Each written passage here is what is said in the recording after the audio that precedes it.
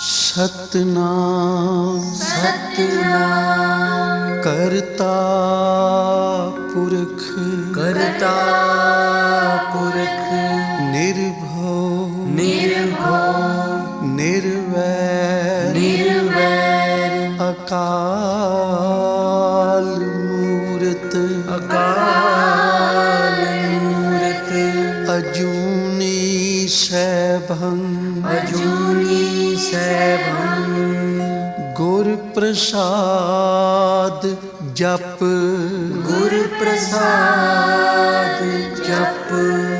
आद सच जुगाद सच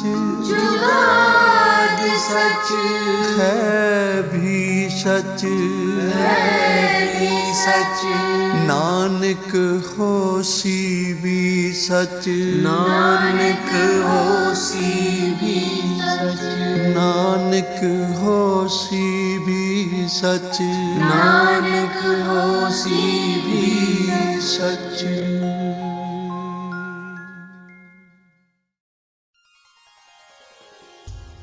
आइए भक्तों, आज हम सब मिलकर श्री शिव महापुराण की कथा सुनते हैं। श्री शौनक जी के साधन विषयक प्रश्न करने पर महर्षि सूत जी का उन्हें श्री शिव पुराण की उत्कृष्ट महिमा का सुनाना। श्री शौनक जी ने पूछा, महाज्ञानी सूत जी, आप संपूर्ण सिद्धांतों के ज्ञाता हैं। प्रभु मुझसे पुराणों की कथाओं के सारत्व का विशेष रूप से वर्णन कीजिए। ज्ञान और वैराग्य सहित भक्ति से प्राप्त होने वाले विवेक की वृद्धि कैसे होती है तथा साधु पुरुष किस प्रकार अपने काम क्रोध आदि मानसिक विकारों का निवारण करते हैं। इस घोर कली काल में जीव प्राय आसुर स्वभाव के हो गए हैं। उस जीव समुदाय को शुद्ध बनाने के लिए सर्वश्रेष्ठ उपाय क्या है? आप इस समय मुझे ऐसा कोई शाश्वत साधन बताइए जो कल्याणकारी वस्तुओं में भी सबसे उत्कृष्ट एवं परम मंगलकारी हो, पवित्र करने वाले उपायों में भी सर्वोत्तम पवित्र कारक उपाय हो। तात वह साधन ऐसा हो जिसके अनुष्ठान से शीघ्र ही अंतकरण की विशेष शुद्धि हो जाए। उससे निर्मल चित्त वाले पुरुष को सदा के लिए शिव की प्राप्ति हो जाए। श्री सूत जी ने कहा, मुनि श्रेष्ठ शौनक जी, तुम धन्य हो, क्योंकि तुम्हारे हृदय में पुराण कथा सुनने का विशेष प्रेम एवं लालसा है। इसलिए मैं शुद्ध बुद्धि से विचार करके तुम्हें परम उत्तम शास्त्र का वर्णन करता हूँ। वत्स, वह संपूर्ण शास्त्रों के सिद्धांत से संपन्न, भक्ति आदि को बढ़ाने वाला तथा भगवान शिव को संतुष्ट करने वाला है। कानों के लिए रसायन अमृत स्वरूप तथा दिव्य है, तुम उसे सुना करो। मुने, वह परम उत्तम शास्त्र है श्री शिव पुराण, जिसका पूर्व काल में भगवान शिव ने ही प्रवचन किया था। यह काल रूपी सर्प से प्राप्त होने वाले महान त्रास का विनाश करने वाला है। गुरुदेव श्री व्यास ने श्री सनत कुमार मुनि का उपदेश पाकर बड़े आदर से संक्षेप में ही इस पुराण का प्रतिपादन किया है। इस पुराण के प्रणयन का उद्देश्य है कलयुग में उत्पन्न होने वाले मनुष्य के परम हित का साधन। यह श्री शिव पुराण परम उत्तम शास्त्र है। इसे इस भूतल पर भगवान शिव का वडमय स्वरूप समझना चाहिए और सब प्रकार से इसका सेवन करना चाहिए। इसका पठन और सुनना सर्व साधन स्वरूप है। इसमें शिव भक्ति पाकर श्रेष्ठतम स्थिति में पहुंचा हुआ मनुष्य शीघ्र ही शिव पद को प्राप्त कर लेता है। इसलिए संपूर्ण यत्न करके मनुष्यों ने इस पुराण की पढ़ने की इच्छा की है अथवा इसके अध्ययन को अभिष्ट साधन माना गया है। इसी तरह इसका प्रेम पूर्वक सुनना भी संपूर्ण मनोवांछित फलों को देने वाला है। भगवान शिव के इस पुराण को सुनने से मनुष्य सब पापों से मुक्त हो जाता है तथा इस जीवन में बड़े बड़े उत्कृष्ट भोगों का उपभोग करके अंत में शिवलोक को प्राप्त कर लेता है।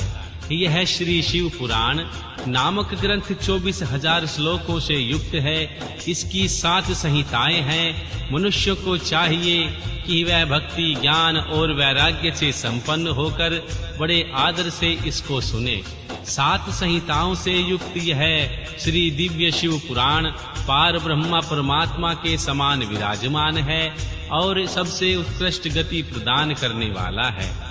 जो निरंतर अनुसंधान पूर्वक इस श्री शिव पुराण को वाचता अथवा नित्य प्रेम पूर्वक इसका पाठ मात्र करता है, वह पुण्य आत्मा है, इसमें कोई संशय नहीं है। जो उत्तम बुद्धि वाला पुरुष अंत काल में भक्ति पूर्वक इस पुराण को सुनता है, उस पर अत्यंत प्रसन्न हुए भगवान महेश्वर उसे अपने पद धाम प्राप्त कर देते हैं। जो प्रतिदिन आदर पूर्वक इस श्री शिव पुराण का पूजन करता है, वह इस संसार में संपूर्ण भोगों को भोग कर अंत में भगवान शिव के पद को प्राप्त कर लेता है।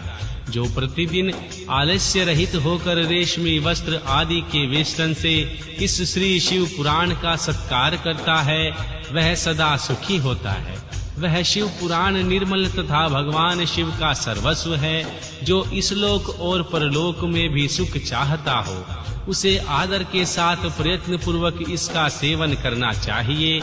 यह निर्मल एवं उत्तम श्री शिव पुराण धर्म, अर्थ, काम और मोक्ष रूप चारों पुरुषार्थों को देने वाला है। अतः सदा प्रेम पूर्वक इसको सुनना चाहिए और इसका पाठ करना चाहिए। अध्याय 1 श्री शिव पुराण के सुनने से देवराज को शिवलोक की प्राप्ति तथा चंचुला का पाप से भय एवं संसार से वैराग्य। श्री शौनक जी ने कहा, महाभाग सूत जी, आप धन्य हैं, परमार्थ तत्व के ज्ञाता हैं। आपने कृपा करके हम लोगों को यह बड़ी अद्भुत एवं दिव्य कथा सुनाई है। भूतल पर इस कथा के समान कल्याण का सर्वश्रेष्ठ साधन कोई दूसरा नहीं है। यह बात आज हमने आपकी कृपा से निश्चय पूर्वक समझ ली है। श्री सूत जी, कलयुग में इस कथा के द्वारा कौन-कौन से पापी शुद्ध होते हैं, उन्हें कृपा पूर्वक बताइए, इस जगत को कृतार्थ कीजिए। श्री सूत जी बोले, मुने, जो मनुष्य पापी, दुराचारी, खल तथा काम, क्रोध आदि में निरंतर डूबने वाला है, वे भी इस पुराण के सुनने पढ़ने से अवश्य ही शुद्ध हो जाते हैं। इसी विषय में जानकर मुनि इस प्राचीन इतिहास का उदाहरण दिया करते हैं, जिसके सुनने मात्र से पापों का पूर्णतः नाश हो जाता है। पहले की बात है, कहीं किरातों के नगर में एक ब्राह्मण रहता था, जो ज्ञान में अत्यंत दुर्बल, दरिद्र, रस बेचने वाला तथा वैदिक धर्म से विमुख था। वह स्नान, संध्या आदि कर्मों से भ्रष्ट हो गया था और वैश्यवृत्ति में तत्पर रहता था। उसका नाम था देवराज।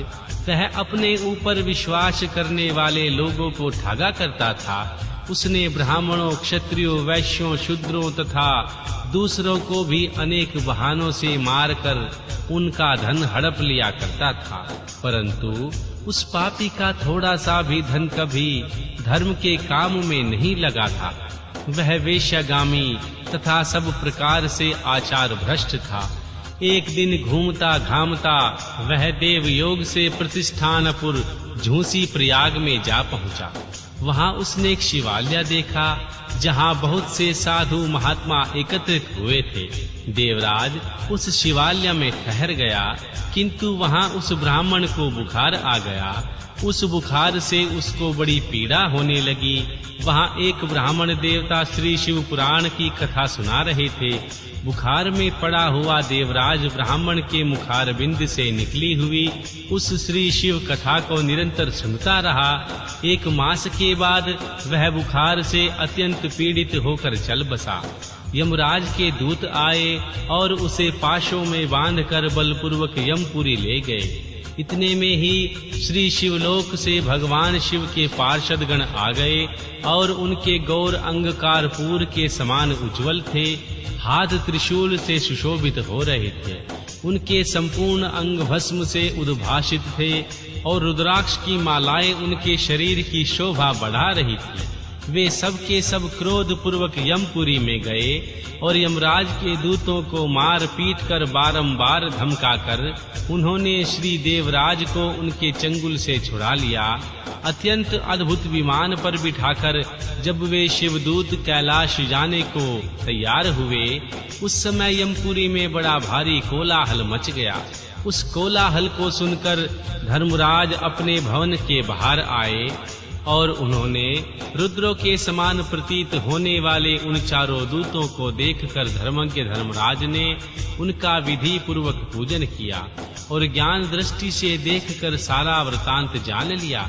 उन्होंने भय के कारण भगवान शिव के उन महात्मा दूतों से कोई बात नहीं पूछी, उल्टे उनकी पूजा एवं प्रार्थना की। तत्पश्चात वे शिवदूत कैलाश को चले गए और वहां पहुंचकर उन्होंने उस ब्राह्मण को दया सागर सांब सदाशिव के हाथों में दे दिया। श्री शौनक जी ने कहा, महाभाग सूत जी, आप सर्वज्ञ हैं। महामते, आपके कृपा प्रसाद से मैं बारंबार कृतार्थ हुआ हूँ। इस इतिहास को सुनकर मेरा मन अत्यंत आनंद में निमग्न हो गया है। अतः भगवान शिव में प्रेम बढ़ाने वाली शिव संबंधिनी दूसरी कथा को भी कहिए। जिसनु बख्श लहे मेरे प्यारे, सो जस तेरा गावे। जिसनु बख्श लहे मेरे प्यारे, सो जस तेरा गावे। हाँ कुर्बान जाई तेरे नामे, कुर्बान जाई तेरे नामे। हाँ कुर्बान जाई तेरे नामे, कुर्बान जाई तेरे नामे। जिसनु बख्श लहे मेरे प्यारे, सो जस तेरा गावे। जिसनु बख्श लहे मेरे प्यारे, सो जस तेरा गावे।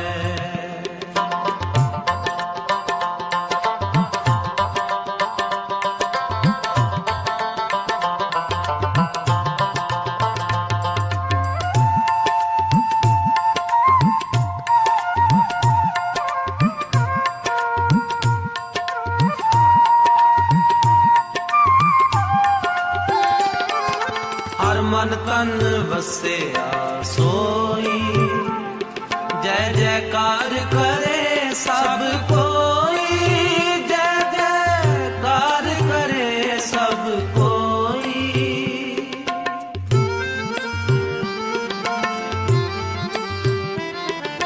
हर मन तन वसिया सोई, जय जयकार करे सब कोई। सब कोई गुरपुरे की वड्याई, ताकि कीमत कहीं ना जाई, ताकि कीमत कहीं ना जाई। हाँ कुर्बान जाई तेरे नामे, कुर्बान जाई तेरे नामे। हाँ कुर्बान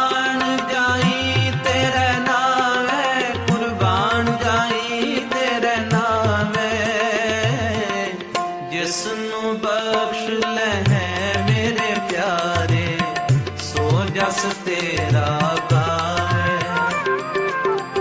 जिसनु बख्श लहे मेरे प्यारे, सो जस तेरा गावे। हाँ कुर्बान जाई तेरे नामे, कुर्बान जाई तेरे नामे। हाँ कुर्बान जाई तेरे नामे, कुर्बान जाई तेरे नामे। जिसनु बख्श लहे मेरे प्यारे, सो जस तेरा गावे। जिसनु बख्श लहे मेरे प्यारे, सो जस तेरा गावे।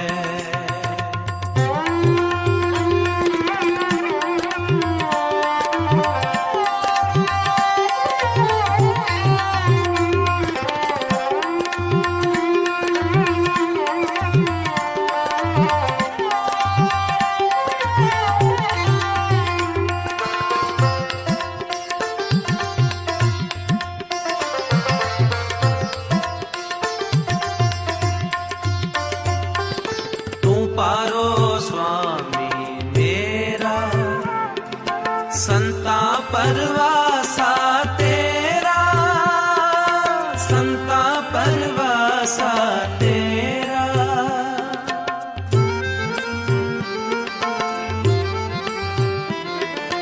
तू पारो स्वामी मेरा, संता परवासा तेरा, संता परवासा तेरा।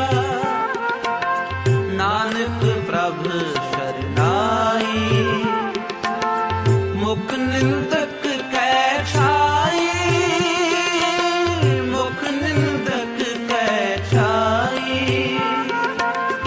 हाँ कुर्बान जाई तेरे नावे, कुर्बान जाई तेरे नावे।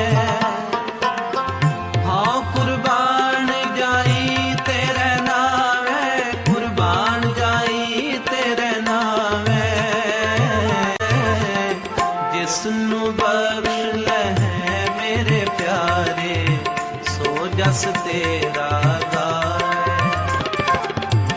जिसनु बख्श लहे मेरे प्यारे, सो जस तेरा गावे।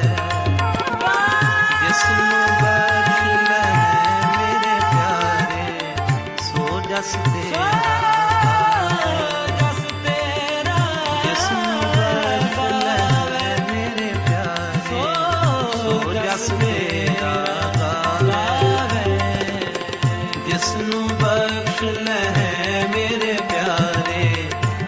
जस तेरा गावे।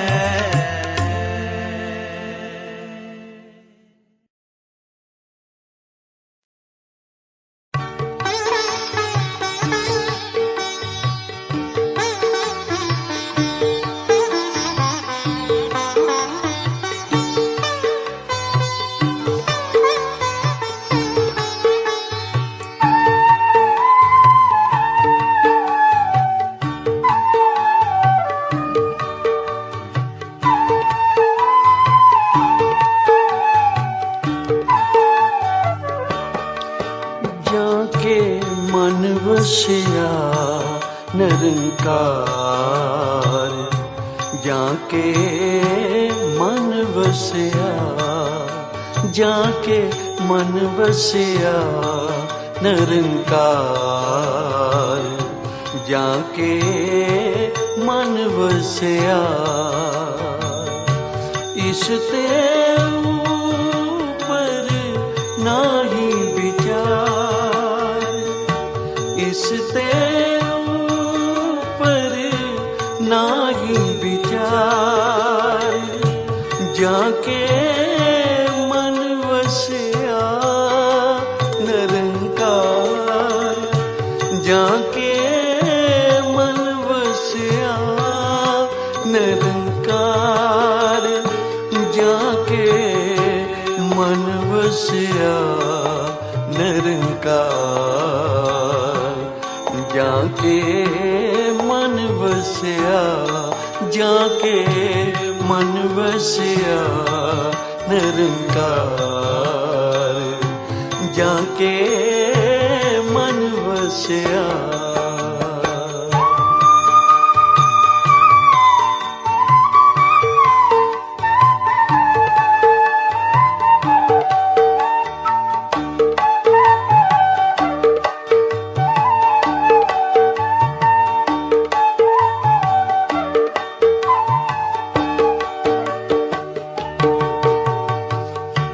जन लागा हर एक नाए,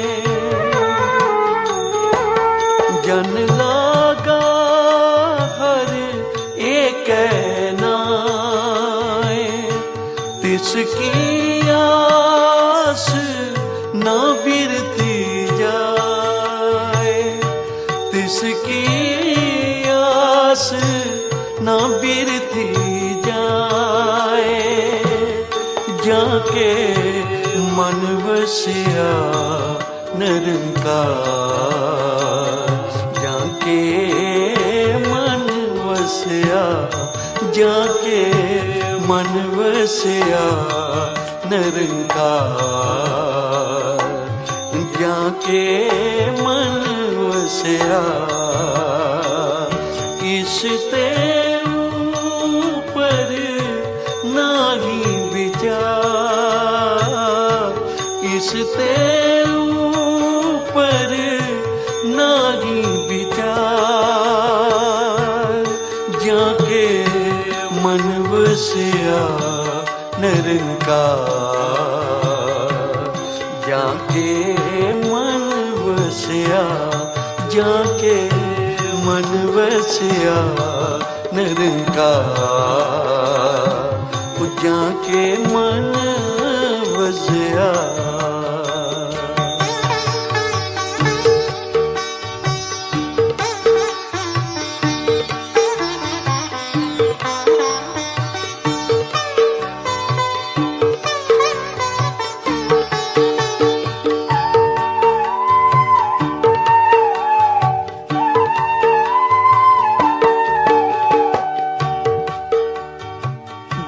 ਗੁਰਮੁਖਾਂ ਨੇ ਆਪਣਾ ਮਨ ਇੱਕ ਨਾਲ ਜੋੜ ਲਿਆ। ਕਈ ਵਾਰਾਂ ਕਰਮ ਕਾਂਡ ਕਰਕੇ ਰਿੱਧੀਆਂ ਸਿੱਧੀਆਂ ਤਾਂ ਪ੍ਰਾਪਤ ਮਨੁੱਖ ਕਰ ਲੈਂਦਾ, ਪਰ ਨਾਮ ਦਾ ਕੁਝ ਸਵਾਦ ਹੋਰ ਹੈ। ਨਾਮ ਦਾ ਰਸ ਕੁਝ ਹੋਰ ਹੈ। ਜਿਵੇਂ ਧੰਨ ਗੁਰੂ ਨਾਨਕ ਪਾਤਸ਼ਾਹ ਜੀ ਨੇ ਸਿੱਧਾਂ ਨੂੰ ਕਿਹਾ ਸੀ, ਸਿੱਧੋ ਰਿੱਧ ਸਿੱਧ ਅਵਰਾ ਸਾਧ। ਤੁਸੀਂ ਬੜੀਆਂ ਰਿੱਧੀਆਂ ਸਿੱਧੀਆਂ ਵਿਖਾਈਆਂ ਹਨ, ਬੜੀਆਂ ਕਲਾ ਵਿਖਾਈਆਂ ਹਨ, ਪਰ ਸ਼ਬਦ ਗੁਰੂ ਨੇ ਤੁਹਾਡੀਆਂ ਸਾਰੀਆਂ ਹੀ ਕਲਾ ਨਿਸਫਲ ਕਰ ਦਿੱਤੀਆਂ ਹਨ। ਰਿੱਧੀਆਂ ਸਿੱਧੀਆਂ ਸਾਰੀਆਂ ਹੀ ਤੁਹਾਡੀਆਂ ਖਤਮ ਹੋ ਗਈਆਂ। ਜਿੱਥੇ ਨਾਮ ਹੈ ਉੱਥੇ ਹੋਰ ਕੋਈ ਵਸਤੂ ਨਹੀਂ ਪਹੁੰਚ ਸਕਦੀ। ਇਸ ਲਈ ਹਜ਼ੂਰ ਬਖਸ਼ਿਸ਼ ਕਰਦੇ ਹਨ ਕਿ ਜਨ ਲਾਗਾ ਹਰ ਏਕੈ ਨਾਏ, ਤਿਸ ਕੀ ਆਸ ਨਾ ਬਿਰਥੀ ਜਾਏ। ਜਿਨ੍ਹਾਂ ਨੇ ਇੱਕ ਨਾਮ ਨਾਲ ਚਿੱਤ ਜੋੜ ਲਿਆ, ਫਿਰ ਸਾਰੀਆਂ ਲੋੜਾਂ ਲੋਕ ਪਰਲੋਕ ਦੇ ਸੁੱਖ ਵਾਹਿਗੁਰੂ ਆਪ ਉਹਨਾਂ ਨੂੰ ਦਿੰਦਾ।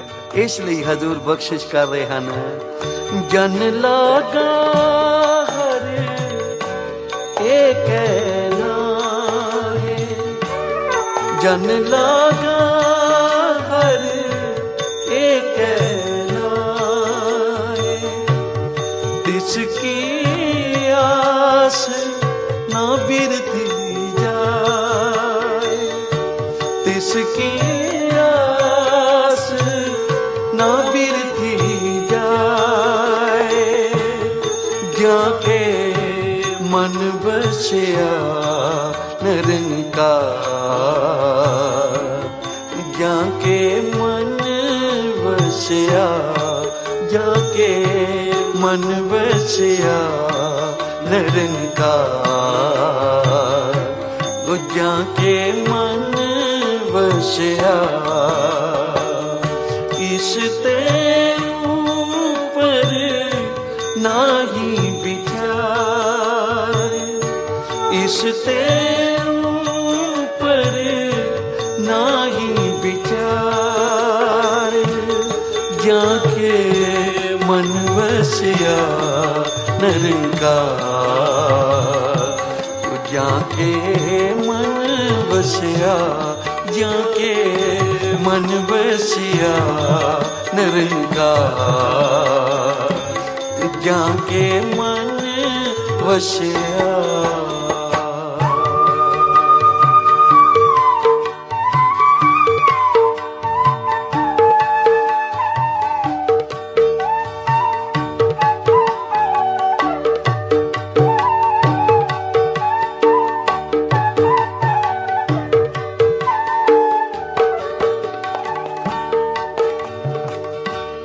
सेवक को सेवा बन आई,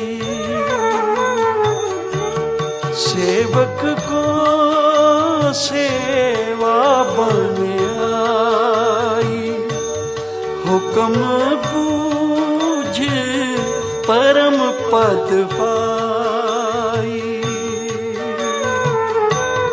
सेवक को सेवा बन आई, हुक्म बूझ परम पद पाई, हुक्म बूझ परम पद पाई, जाके मन बसया निरंकार, जाके मन बसया, जाके मन बसया निरंकार,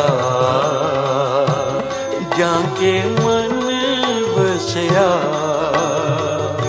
इस ते ऊपर नाही विचार, इस ते ऊपर नाही विचार, जाके मन बसया निरंकार, जाके मन बसया, जाके मन बसया निरंकार,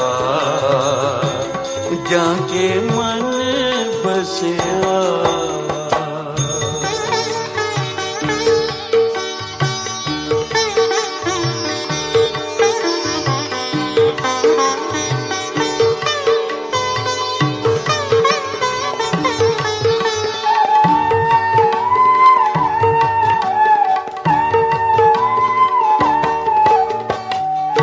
प्यारे वाहिगुरु ਨੂੰ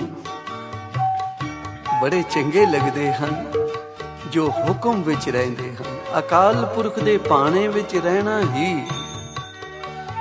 ਸੇਵਕ ਦੀ ਨਿਸ਼ਾਨੀ ਹੈ।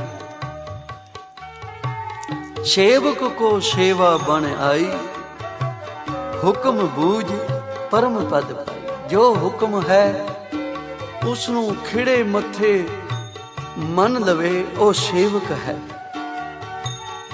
ਸੋ ਸਿੱਖ ਸਖਾ ਬੰਦਪ ਹੈ ਭਾਈ, ਜੋ ਗੁਰ ਕੇ ਭਾਣੇ ਵਿੱਚ ਆਵੇ। ਆਪਣੇ ਭਾਣੇ ਜੋ ਚੱਲੇ ਭਾਈ, ਵਿਛੜ ਚੋਟਾਂ ਖਾਵੇ। ਉਹੀ ਸੇਵਕ ਹੈ, ਉਹੀ ਸਿੱਖ ਸਖਾ ਬੰਦਪ ਹੈ ਜੋ ਗੁਰੂ ਦੇ ਭਾਣੇ ਵਿੱਚ ਆਉਂਦਾ। ਧੰਨ ਗੁਰੂ ਅੰਗਦ ਦੇਵ ਪਾਤਸ਼ਾਹ ਜੀ ਦੇ ਸਮੇਂ ਭਾਈ ਜੀਵਾ ਜੀ ਸੇਵਾ ਕਰਿਆ ਕਰਦੇ ਸਨ। ਗੁਰੂ ਅੰਗਦ ਦੇਵ ਪਾਤਸ਼ਾਹ ਜੀ ਬੜੇ ਪਿਆਰ ਨਾਲ ਕਰਦੇ ਸਨ। ਆਪ ਇੱਕ ਦਿਨ ਭੋਜਨ ਤਿਆਰ ਕਰ ਰਹੇ ਹਨ ਤੇ ਪਲੋ ਪਲੀ ਵਿੱਚ ਹਨੇਰੀ ਆ ਗਈ ਤੇ ਮਨ ਵਿੱਚ ਫੁਰਨਾ ਹੋ ਗਿਆ ਬਈ ਕਿੱਡਾ ਚੰਗਾ ਹੋਵੇ, ਕੁਝ ਛਿਨ ਜੇ ਹਨੇਰੀ ਰੁਕ ਜਾਵੇ ਤਾਂ ਮੈਂ ਪ੍ਰਸਾਦ ਤਿਆਰ ਕਰ ਲਵਾਂ। ਤਾਂ ਭਾਈ ਜੀਵਾ ਜੀ ਦੇ ਮਨ ਵਿੱਚ ਇਹ ਫੁਰਨਾ ਬਣਿਆ ਤੇ ਹਨੇਰੀ ਉਸੇ ਵੇਲੇ ਰੁਕ ਗਈ। ਪ੍ਰਸਾਦ ਤਿਆਰ ਕੀਤਾ। ਧੰਨ ਗੁਰੂ ਅੰਗਦ ਦੇਵ ਪਾਤਸ਼ਾਹ ਜੀ ਦੇ ਅੱਗੇ ਜਦੋਂ ਲਿਆ ਕੇ ਰੱਖਿਆ ਤਾਂ ਸਾਹਿਬ ਜੀ ਨੇ ਪਿੱਠ ਕਰ ਲਈ।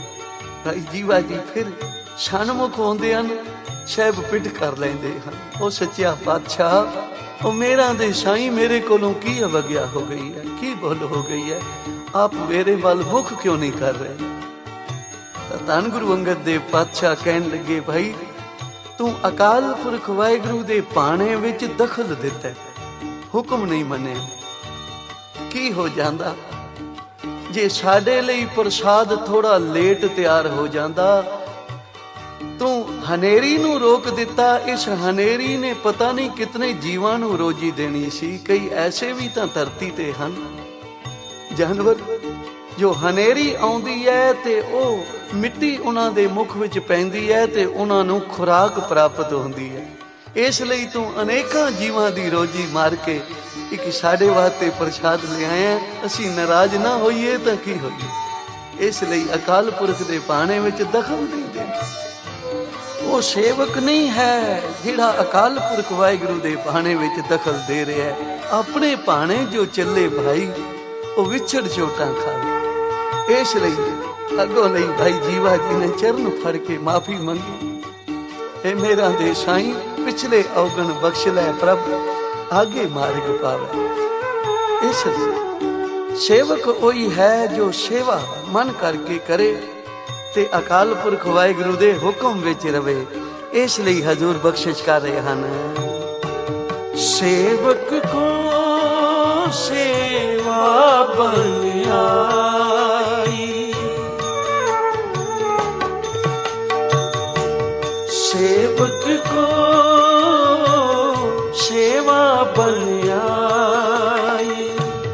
हुक्म बूझ परम पद पाई, हुक्म बूझ परम पद पाई, हुक्म बूझ परम पद पाई। जाके मन बसिया निरंकार, जाके मन बसिया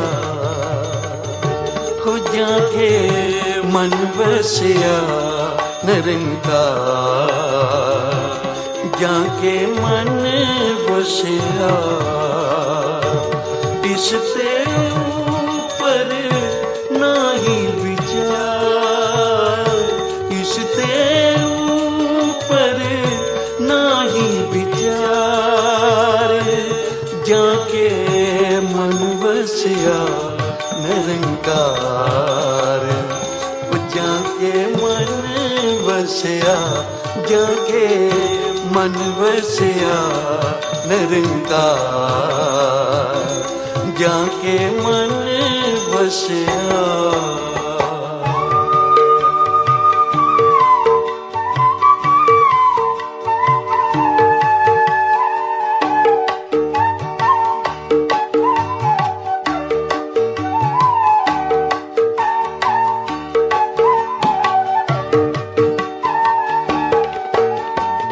बाबा फरीद जी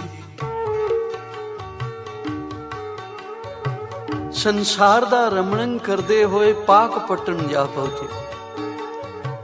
ਇਹ ਜਾ ਰਹੇ ਹਨ ਤੇ ਲੋਕਾਂ ਨੇ ਸਾਮਾਨ ਬਿਸਤਰੇ ਬੰਨੇ ਹੋਏ ਸਿਰ ਤੇ ਰੱਖੇ ਹੋਏ ਹਨ ਤੇ ਆ ਰਹੇ ਹਨ। ਕਿਉਂ ਭਾਈ, ਕੀ ਕਾਰਨ ਹੈ ਤੁਸੀਂ ਸਾਰੇ ਸ਼ਹਿਰ ਛੱਡ ਕੇ ਜਾ ਰਹੇ?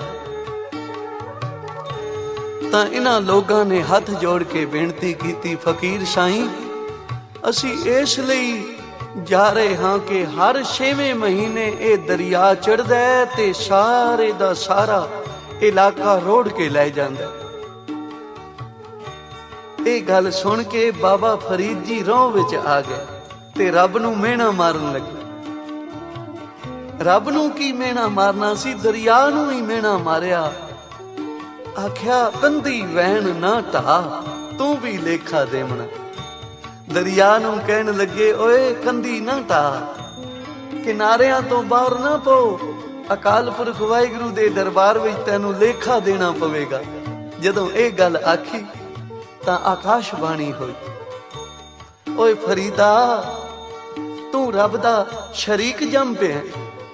ਰੱਬ ਜੇ ਇਹਨਾਂ ਨੂੰ ਰੋੜਨਾ ਚਾਹੁੰਦਾ ਹੈ, ਇਸ ਇਲਾਕੇ ਨੂੰ ਰੋੜਨਾ ਚਾਹੁੰਦਾ ਹੈ ਰੱਬ, ਤੇ ਤੂੰ ਕੌਣ ਹੋਣਾ ਬਈ ਬਚਾਉਣ ਵਾਲਾ? ਆ ਜਿਹੜੀਆਂ ਰਿੱਧੀਆਂ ਸਿੱਧੀਆਂ ਬਚਨ ਕਰਨੇ, ਇਹ ਆਪਣੀ ਕਮਾਈ ਆਪਣਾ ਨਿਤਨੇਮ ਖਤਮ ਹੁੰਦਾ। ਐਵੇਂ ਨਹੀਂ ਪੂਰੇ ਹੁੰਦੇ ਬਚਨ, ਕੁਝ ਨਿਤਨੇਮ ਦਾ ਹਿੱਸਾ ਦੇਣਾ ਪੈਂਦਾ ਹੈ, ਮਿਹਨਤ ਦੇਣੀ ਪੈਂਦੀ ਹੈ, ਖਰਚ ਕਰਨਾ ਪੈਂਦਾ ਹੈ। ਉਹ ਸਤਸੰਗ ਦਾ ਸਮਾਂ। ਤੇ ਜਦੋਂ ਬਾਬਾ ਫਰੀਦ ਦੇ ਕੰਨਾਂ ਤੇ ਇਹ ਆਵਾਜ਼ ਪਈ, ਆਕਾਸ਼ਬਾਣੀ ਹੋਈ, ਤੂੰ ਰੱਬ ਦਾ ਸ਼ਰੀਕ ਜੰਮ ਪਿਆ, ਦਰਿਆ ਨੂੰ ਉਲਾਂਪੇ ਪਿਆ ਦੇਣਾ, ਮਿਹਣੇ ਪਿਆ ਮਾਰਨਾ, ਤਾਂ ਨੇਤਰਾਂ ਤੋਂ ਜਲ ਆ ਗਿਆ ਕਿ ਅੱਗੇ ਹੀ ਤਪੱਸਿਆ ਸੰਪੂਰਨ ਨਹੀਂ ਹੋ ਰਹੀ ਤੇ ਮੈਂ ਹੋਰ ਕਿਉਂ ਭੁੱਲ ਕਰ ਬੈਠਾ। ਫਰੀਦ ਜੀ ਨੇ ਸ਼ਲੋਕ ਉਚਾਰਨ ਕੀਤਾ। ਪਹਿਲਾਂ ਤਾਂ ਦਰਿਆ ਨੂੰ ਮਿਹਣਾ ਮਾਰਿਆ ਸੀ ਨਾ, ਫਰੀਦਾ ਕੰਧੀ ਵਹਿਣ ਨਾ ਢਾ, ਤੂੰ ਵੀ ਲੇਖਾ ਦੇਵਣਾ। ਤੇ ਜਦੋਂ ਆਕਾਸ਼ਬਾਣੀ ਹੋਈ ਤਾਂ ਆਪ ਕਹਿੰਦੇ ਨੇ, ਜਿੱਧਰ ਰੱਬ ਰਜਾਏ ਵਹਿਣ ਤੇ ਡਾਉਂ ਗਾਉਂ ਕਰੇ। ਜਿੱਥੇ ਰੱਬ ਦੀ ਰਜਾ ਹੁੰਦੀ ਹੈ ਬਈ ਤੂੰ ਉਧਰ ਹੀ ਜਾਣਾ। ਤੂੰ ਹੁਕਮ ਵਿੱਚ ਹੈ, ਮੈਂ ਹੁਕਮ ਵਿੱਚ ਨਹੀਂ ਚੱਲ ਰਿਹਾ। ਉਚਾਰਨ ਕਰੋ ਸ੍ਰੀ ਵਾਹਿਗੁਰੂ। ਤਾਂ ਇਸ ਲਈ ਜੋ ਰੱਬ ਦੇ ਪਿਆਰੇ ਹਨ ਉਹ ਈਸ਼ਵਰ ਦੇ ਹੁਕਮ ਵਿੱਚ ਕਦੇ ਦਖਲ ਨਹੀਂ ਦਿੰਦੇ। ਜੋ ਕੁਝ ਹੁੰਦਾ ਹੈ ਉਹ ਕਹਿੰਦੇ ਹਨ, ਜੋ ਤੁਧ ਭਾਵੈ ਸਾਈ ਭਲੀ ਕਾਰ, ਤੂੰ ਸਦਾ ਸਲਾਮਤ ਨਿਰੰਕਾਰ। ਇਸ ਲਈ ਸੇਵਕ ਕੋ सेवा बन आई, सेवक को सेवा बन आई, सेवक को सेवा बन आई। ਹੁਕਮ ਬੂਝ ਪਰਮ ਪਦ ਪਾਈ। ਹੁਕਮ ਨੂੰ ਸਿਰ ਮੱਥੇ ਮੰਨਣ ਵਾਲਾ ਹੀ ਪਰਮ ਪਦ ਦੀ ਪ੍ਰਾਪਤੀ ਕਰਦਾ ਹੈ, ਪਰਮ ਗਤੀ ਨੂੰ ਪਹੁੰਚਦਾ ਹੈ। ਜਿਵੇਂ ਧੰਨ ਗੁਰੂ ਨਾਨਕ ਪਾਤਸ਼ਾਹ ਸਮੁੰਦਰ ਦੇ ਕਿਨਾਰੇ ਕਿਨਾਰੇ ਆਪ ਅਕਾਲ ਪੁਰਖ ਵਾਹਿਗੁਰੂ ਦੀ ਕੁਦਰਤ ਨੂੰ ਤੱਕਦੇ ਹੋਏ ਜਾ ਰਹੇ ਹਨ, ਤਾਂ ਕੀ ਤੱਕਿਆ ਇੱਕ ਫਕੀਰ ਬੈਠਾ ਜਿਸ ਦਾ ਨਾਮ ਸੀ ਮਖਦੂਤ। ਇਹ ਬੈਠਾ ਰਿੱਧੀਆਂ ਸਿੱਧੀਆਂ ਦਾ ਮਾਲਕ ਹੈ, ਬੜੀਆਂ ਸਾਧਨਾ ਕੀਤੀਆਂ ਹਨ। ਮਖਦੂਮ ਨੂੰ ਬਹੁਤ ਆਪਣੀਆਂ ਰਿੱਧੀਆਂ ਸਿੱਧੀਆਂ ਦਾ ਮਾਣ ਹੈ। ਤੇ ਧੰਨ ਗੁਰੂ ਨਾਨਕ ਜਦੋਂ ਜਾ ਪਹੁੰਚੇ ਨਾ, ਤੇ ਗੁਰੂ ਨਾਨਕ ਸੱਚੇ ਪਾਤਸ਼ਾਹ ਜੀ ਨੂੰ ਕਹਿਣ ਲੱਗਾ, ਆਓ ਤੁਹਾਨੂੰ ਸੈਰ ਕਰਾ ਲਿਆਈਏ ਸਮੁੰਦਰ ਦੀ। ਅੰਤਰਜਾਮੀ ਧੰਨ ਗੁਰੂ ਨਾਨਕ ਪਾਤਸ਼ਾਹ ਕਹਿਣ ਲੱਗੇ, ਭਾਈ ਇੱਥੇ ਕੋਈ ਬੇੜਾ ਤਾਂ ਨਜ਼ਰ ਆ ਨਹੀਂ ਰਿਹਾ, ਤੂੰ ਸੈਰ ਕਿਵੇਂ ਕਰਾਵੇਂਗਾ? ਅਖੇ ਜਿਸ ਮਿਰਗਸ਼ਾਲਾ ਤੇ ਮੈਂ ਬੈਠਾ, ਮੁਸੱਲੇ ਤੇ ਬੈਠਾ, ਇਸੇ ਤੇ ਹੀ ਸੈਰ ਕਰਾਵਾਂਗਾ। ਤਾਂ ਹਜ਼ੂਰ ਕਹਿਣ ਲੱਗੇ, ਤੂੰ ਆਪ ਜਾ ਕੇ ਕਰਾ ਬਈ ਸੈਰ, ਅਸੀਂ ਵੇਖਦੇ ਹਾਂ। ਉਚਾਰਨ ਕਰੋ ਸ੍ਰੀ ਵਾਹਿਗੁਰੂ। ਕਹਿਣ ਲੱਗੇ, ਕਿੱਥੋਂ ਤੱਕ ਸੈਰ ਕਰਨ ਜਾਣਾ ਹੈ? ਕਿ ਜੀ ਬਸ ਥੋੜੀ ਦੂਰ ਜਾਣਾ ਵਾ ਤੇ ਫਿਰ ਵਾਪਸ ਮੁੜ ਆਉਣਾ, ਔਰ ਰਿੱਧੀਆਂ ਸਿੱਧੀਆਂ ਦਾ ਬਲ ਹੈ, ਇਹ ਉਹਦੇ ਸਦਕੇ ਮੈਂ ਇਹ ਸੈਰ ਕਰਦਾ ਹਾਂ। ਬੜੇ ਹੰਕਾਰ ਦੇ ਨਾਲ ਇਹ ਗੱਲ ਆਖੀ ਜਦੋਂ, ਤੇ ਧੰਨ ਗੁਰੂ ਨਾਨਕ ਪਾਤਸ਼ਾਹ ਕਹਿਣ ਲੱਗੇ, ਇਸ ਤੋਂ ਅੱਗੇ ਵੀ ਕਦੇ ਗਿਆ? ਕੁਝ ਅੱਗੇ ਵੀ ਤੈਨੂੰ ਨਜ਼ਰ ਆਉਂਦਾ, ਕੁਝ ਹੈ ਸਮੁੰਦਰ ਦੇ ਅੱਗੇ ਕਿ ਨਹੀਂ? ਆਖਿਆ, ਮਹਾਰਾਜ ਜਿਤਨੀ ਦੂਰ ਮੈਂ ਜਾਂਦਾ ਹਾਂ ਉਥੋਂ ਇੱਕ ਮੁਨਾਰਾ ਜਿਹਾ ਨਜ਼ਰ ਆਉਂਦਾ ਹੈ, ਜਾਪਦਾ ਜਿਵੇਂ ਛੋਟਾ ਜਿਹਾ ਟਾਪੂ ਹੈ। ਆਖਿਆ, ਫਿਰ ਉੱਥੇ ਹੋ ਕੇ ਆਵੀਂ ਹੋ।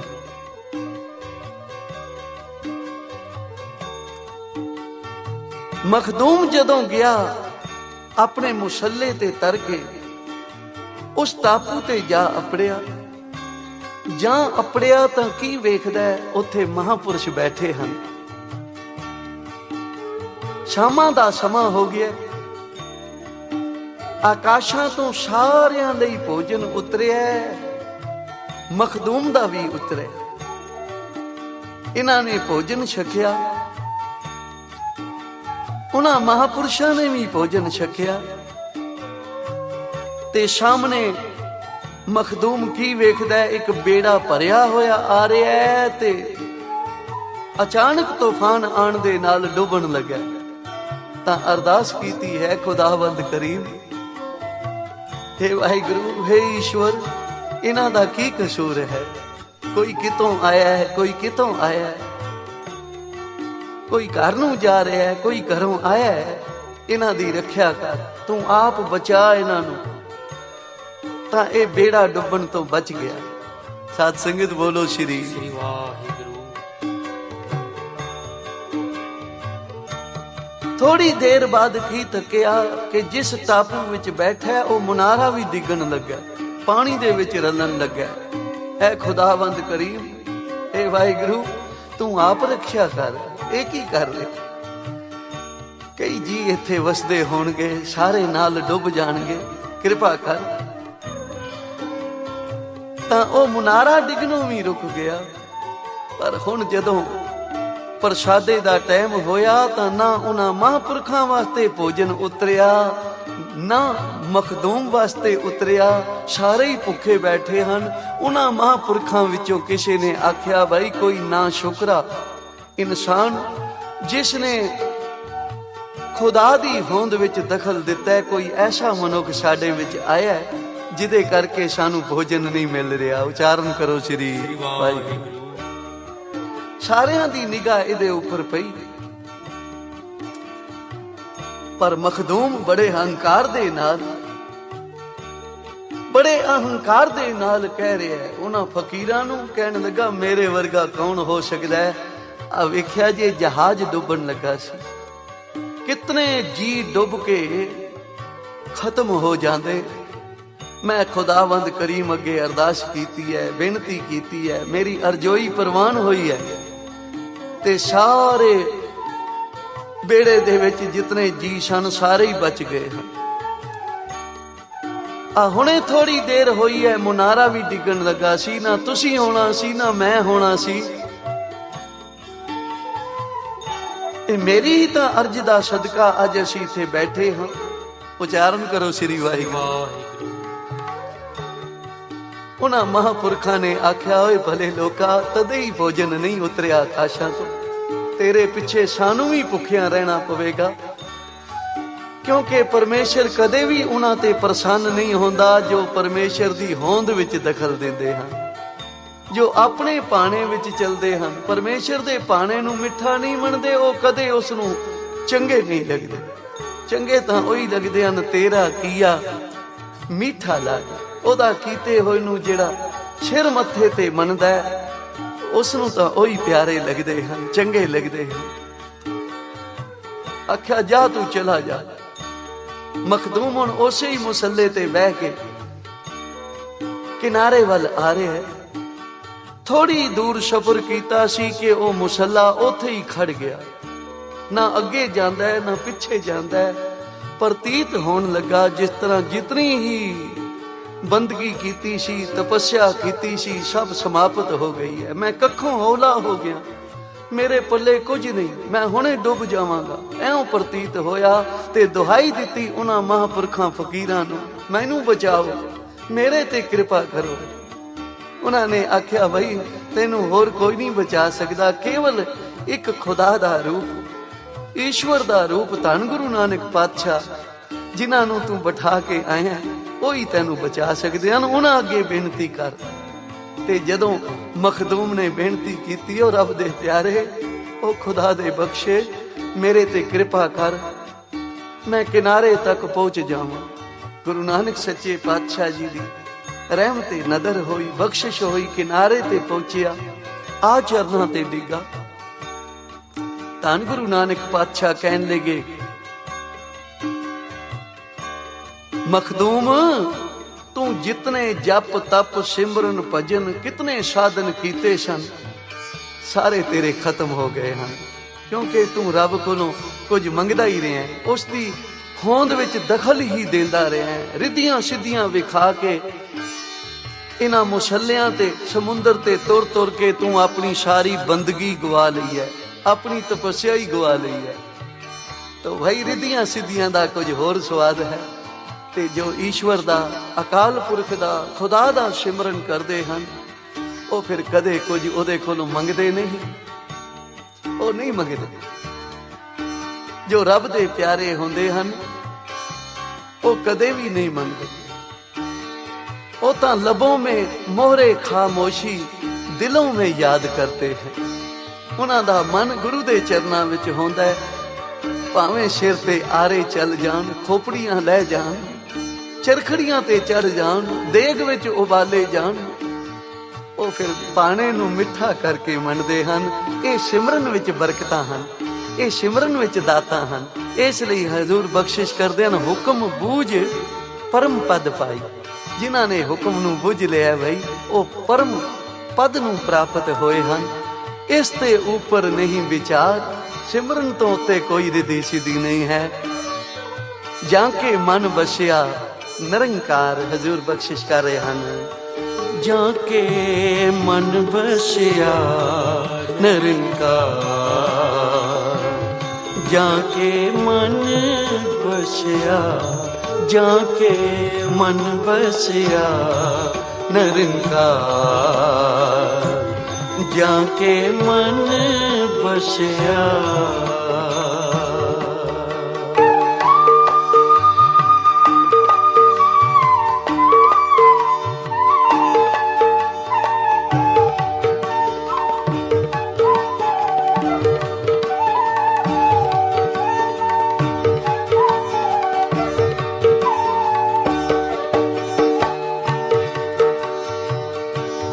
बंधन तोर भय निर्वैर,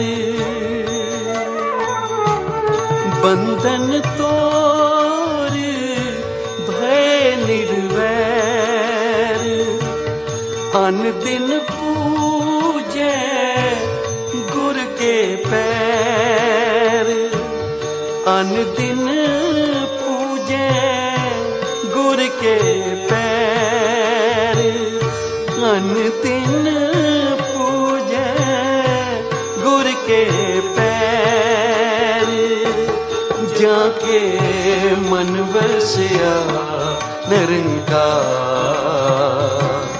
जाके मन बसिया, जाके मन बसिया निरंकार,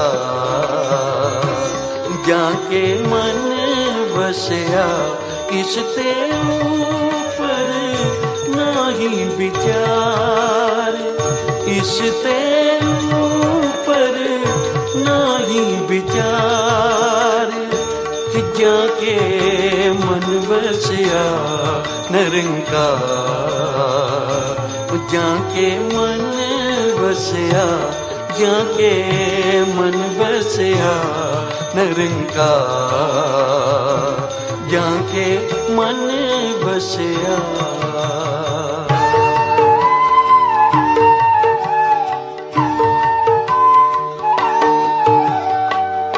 लोक सुखिए परलोक सुहेले,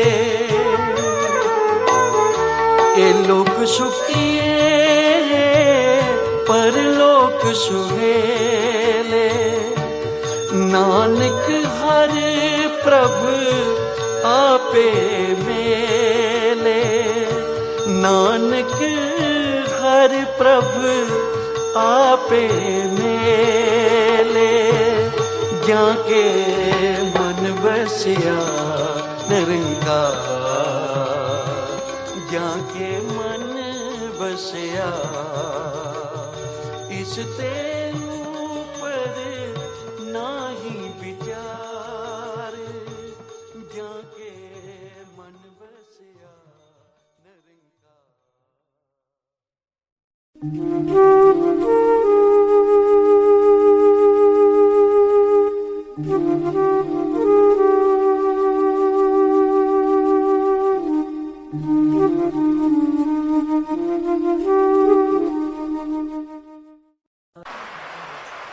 मैं आपको 3 रीजंस देता हूं क्यों नहीं मांगना चाहिए। नंबर 1, जब आप मांगेंगे अपनी हैसियत अपनी औकात से मांगेंगे ना, वो देंगे तो अपनी हैसियत से।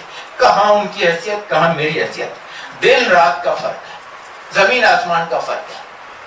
दूसरा, जो चीज आप मांग के लेती है ना वो टेम्पररी होती है, वो परमानेंट नहीं होती।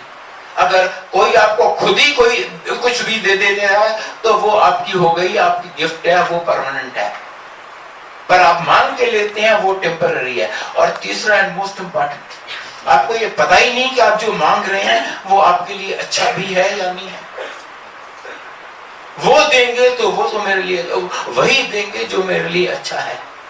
इसलिए प्लीज उनसे कभी कुछ मांगिए मत, उनको कभी कुछ बताइए मत। He knows everything. मैं क्या बताऊंगा उनको, मिलता सब है यहाँ, उनकी टाइमिंग और प्रायोरिटी पे छोड़ दीजिए, उन पे विश्वास कीजिए। वो तो यूं ब्लेसिंग्स लुटाते हैं, हम बहुत जल्दी रियलाइज करते हैं अरे यार हमारी झोली तो बहुत छोटी है, उनके हाथ बहुत बड़े हैं। पर आप कितना ले पाते हैं डिपेंड्स ऑन। अब मैं आपको बताता हूं कि वो लेने के लिए आपको क्या करना है। सबसे पहले आपको आना पड़ेगा ऑब्वियसली, आइदर किसी ऐसे सत्संग में या जो उन्होंने मंदिर बनाया है, बड़ा मंदिर जिसे हम कहते हैं। दूसरा, जब आप यहां आते हैं आप सिर्फ गुरु जी के लिए आते हैं, आप उनसे कनेक्शन कीजिए। शब्द चल रही हैं तो शब्द सुनिए। किसी आंटी ने गुरु जी को कहा, गुरु जी ये शब्द तो सारे पंजाबी में है, हमें तो इतनी पंजाबी आती नहीं, हमें तो ये समझ आता ही नहीं। गुरु जी कहते हैं तेरे को समझने के लिए किसने कहा है, मैंने तो सुनने के लिए कहा है।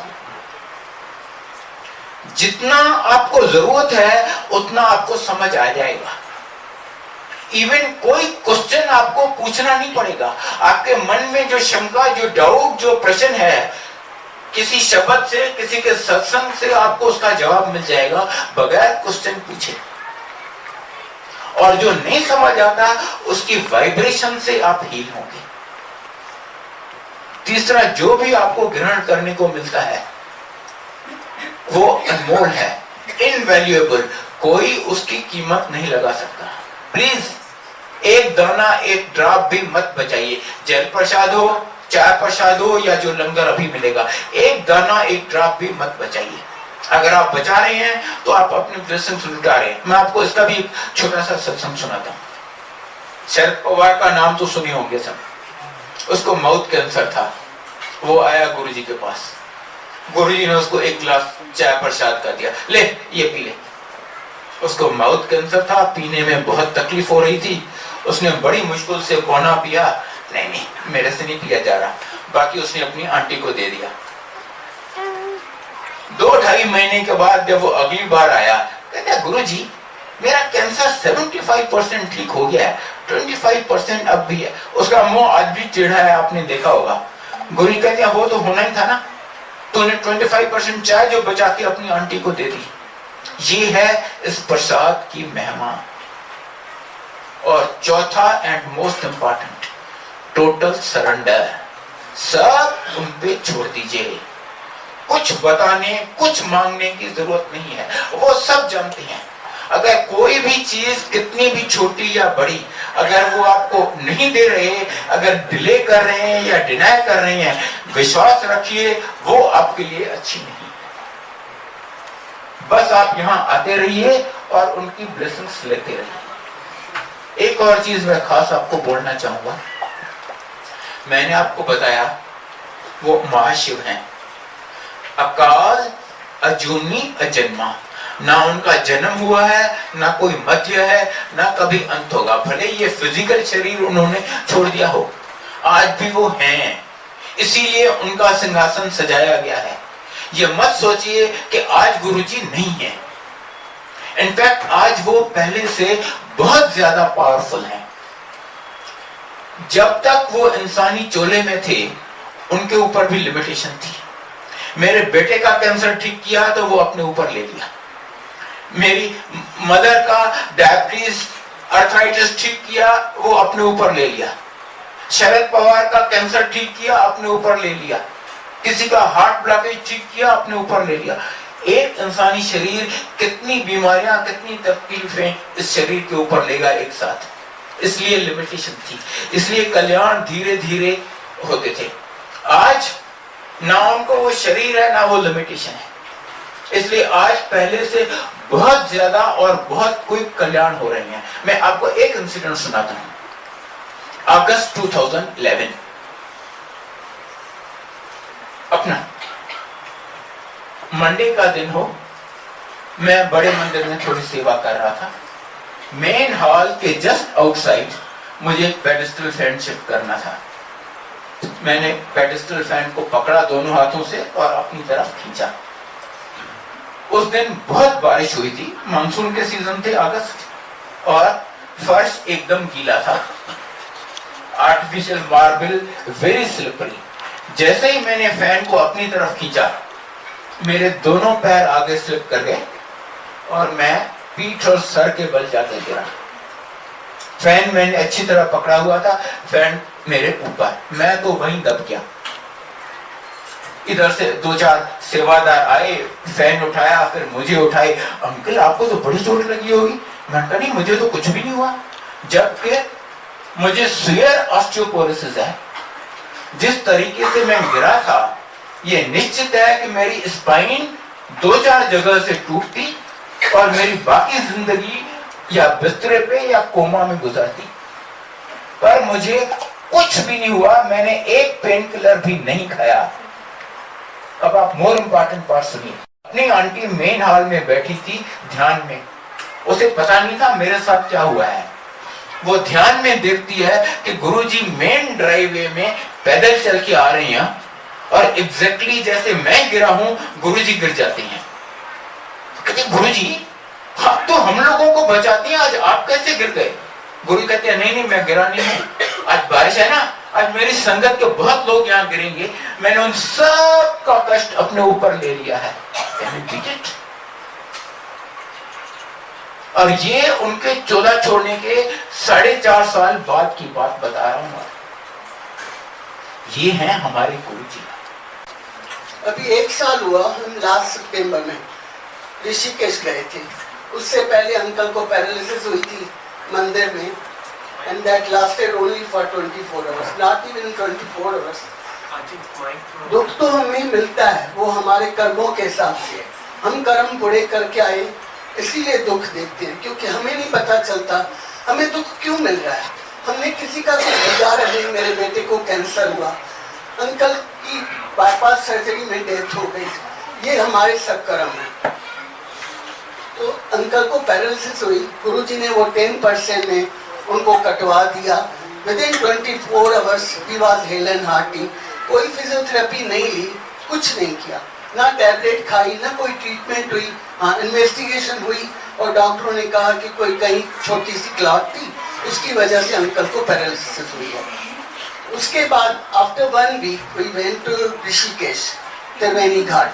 तो ऐसे ही हम लोग चले गए थे, हितेश के साथ गए थे। तो वहां पे हितेश को किसी फ्रेंड ने कहा था कि मेरे लिए गंगा जल लेके आना। उसने कहा ठीक है। थोड़ा सा आगे गया, हम लोग पानी में खड़े थे, पानी ठीक नहीं था, और देखते देखते उसने जैसे ही एक कदम बढ़ाया, he went inside, और बिल्कुल गोता खा के अंदर चला गया। 4 बार बाहर आया, उसका हाथ सर बाहर आए, हम देखें, फिर वो अंदर चला जाए। 4 times he came out and again went inside. और हम लोग सब खड़े हैं, निधि भी खड़ी थी, बेटी खड़ी थी, मैं खड़ी थी, अंकल खड़े थे। किसी को गुरु जी की याद ही नहीं आई। वी डिड नॉट से जय गुरु जी। ये हमारे गुरु जी हैं, हमने याद नहीं किया गुरु जी को। पर उन्होंने जब उसका सांस घुटने लगा तो उसने कहा गुरु जी बचाओ। जैसे ही गुरु जी को कहा बचाओ, उसको जमीन मिल गई। He came out. मैंने कहा कैसे बच गए तुम, कैसे बाहर आ गए? क्योंकि हमने सोचा था he is going, we were seeing he is going, we couldn't do anything. और ना गुरु जी को अरदास लगाई। ये गुरु जी हैं, विदाउट अरदास, विदाउट उस, वो हमें बचाते हैं, हमें अपने शरण में रखते हैं। जय गुरु जी।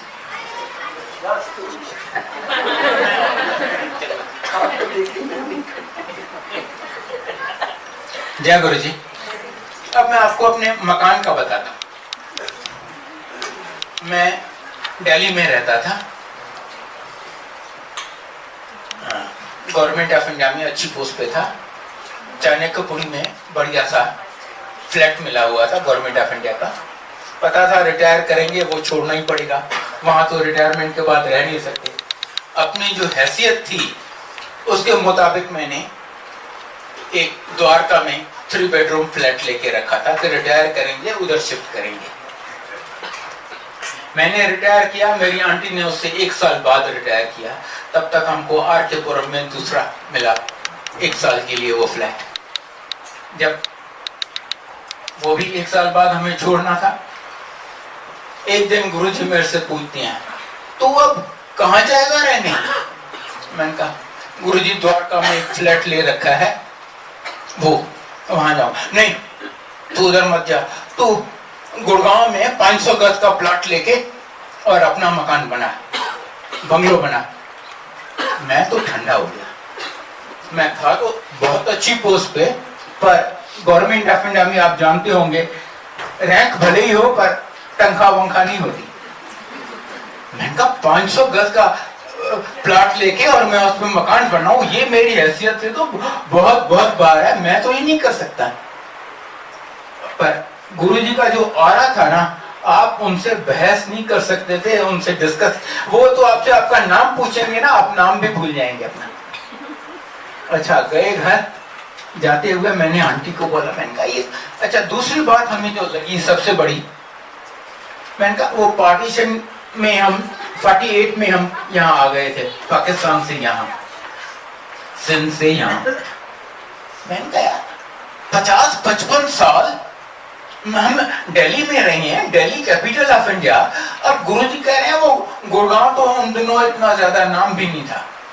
मैंने कहा वो छोड़ के, कैपिटल छोड़ के छोटे से गांव में चले जाएं, हम दोनों का ये बात नहीं जची, पर गुरुजी को कुछ कहने की हिम्मत नहीं पड़ी। पर वो तो सब जानते हैं ना, जानी जाना है। 2-4 दिन में, अच्छा छोड़ उस गुड़गांव को, तू दिल्ली में ले ले, तो ग्रेटर कैलाश में अपना ले ले। हम दोनों ने सोचा हाँ ये ठीक बात हुई। ग्रेटर कैलाश में जो देखना शुरू किया तो जो अपनी हैसियत थी, हमने कहा वो जो कोई बिल्डर एक पुराना मकान लेके तोड़ के उसमें 12 या 16 बनवाते हैं ना, मैं उसमें से एक अफोर्ड कर पाऊंगा, उससे ज्यादा नहीं। अगर मैंने गाड़ी रखी तो बेटे की गाड़ी रखने की जगह नहीं होगी। नहीं ये तो ठीक नहीं हुआ। गुरुजी ने, पर गुरुजी को कुछ नहीं बोला। गुरुजी समझ गए कि इनको अब थोड़ी अकल आ गई है। कहते हैं नहीं छोड़ो, तुम गुड़गांव आ जाओ। फिर हमने सोचा भाई मैं रिटायर कर चुका हूं, मेरी आंटी भी रिटायर कर चुकी है, दोनों बूढ़े, बच्चों का आजकल कोई भरोसा नहीं है कि साथ रहते हैं या अलग रहते हैं। इसे सोसाइटी में लेना तो वो ज्यादा अच्छा रहेगा सेफ्टी वेफ्टी के ख्याल से।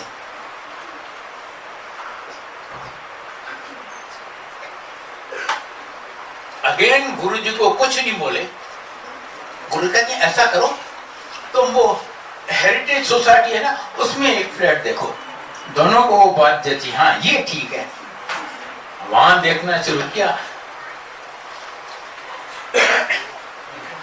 तो हमने भी सोचा और रिश्तेदारों दोस्तों ने भी कहा, अरे तुम कर क्या रहे हो, तुम दोनों की पूरी जिंदगी की पूंजी उसमें लग जाएगी, एक छोटा सा फ्लैट लोगे, ना जमीन तुम्हारी ना छत तुम्हारी, तुम कर क्या रहे हो। हमने भी सोचा हाँ ये बात तो ठीक है। किसी स्टेज पे हमने गुरुजी को कुछ नहीं बताया। फिर उन्होंने हमें बोला नहीं छोड़ो फ्लैट को, उसको तुम अपना प्लाट लेके बनाओ। हमने प्लाट देखना शुरू किया। खैर वहां मैंने एक ब्लंडर कर लिया। गुरुजी ने 500 गज का कहा था लो, मैंने सोचा 500 तो हमारे लिए बहुत ज्यादा हो जाएगी, अपनी हैसियत का भी तो ध्यान रखना है। मैंने तब ये नहीं रियलाइज किया कि अगर वो 500 गज का करते हैं तो सब अरेंज भी वही करते हैं। मैंने उन्हें किसी तरह मना लिया कि 360 गज का प्लाट लो, वो मान गए। अच्छा हमने एक अप्रूव किया और उसका बयाना भी दे दिया। बयाना देके हम शाम को, जैसे यहाँ सत्संग शाम को हो रहा है, वहां भी एम्बायर स्टेट में शाम को होती थी संगत, हम वो कागज लेके गए कि गुरुजी से ब्लेस करवा के आएंगे। मैं अपना मुंह खोलूं या गुरुजी को माथा टेकूं, उससे पहले गुरुजी मेरे को बोलते और फेंक इनको, फ्रॉड पार्टी है। मैंने कुछ बताया नहीं, फेंक इनको, फ्रॉड पार्टी है। बाद में मैंने पता लगाया कि वो सचमुच फ्रॉड पार्टी थी।